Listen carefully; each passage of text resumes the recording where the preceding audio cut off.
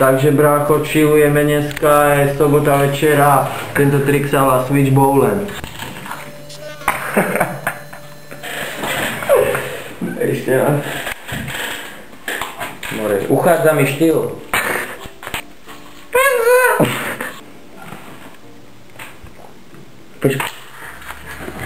Jo brácho, takže som tu zase ja, výmet zo stoky.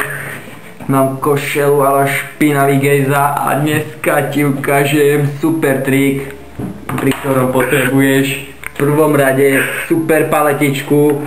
Tu si musíš nakresliť FBR, inak to nepôjde. No, máš normálnu desku. Čo je to FBR? FBR to je firma Brothers Rice. V druhom rade si kúp elektrotechnických spotrebičov, túto super zamatovú, bombastickú, delobuchovú, fingerboardovú prekážku, ktorá sa menuje paleta. Takže toto keď máš, tak môžeš firbrovať. Firbor, to sa volá táto deska, kľúci a holky, upomínam vás, toto je firbor. Takže musíš mať paletku, postavíš si ju v primeranej dĺžke tvojho palca, asi 1 km. A normálne sa rozbehneš, aby si mal dosť uvoľne z reky, lebo na tento trik je známe, treba mať uvoľne z reky.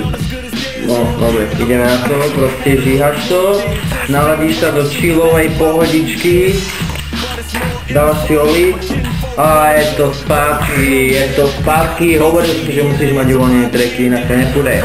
Zopakujeme si to.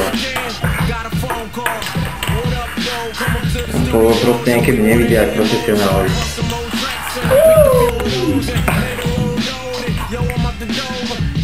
No a teraz mám odkaz pre kluku z fingerdesky.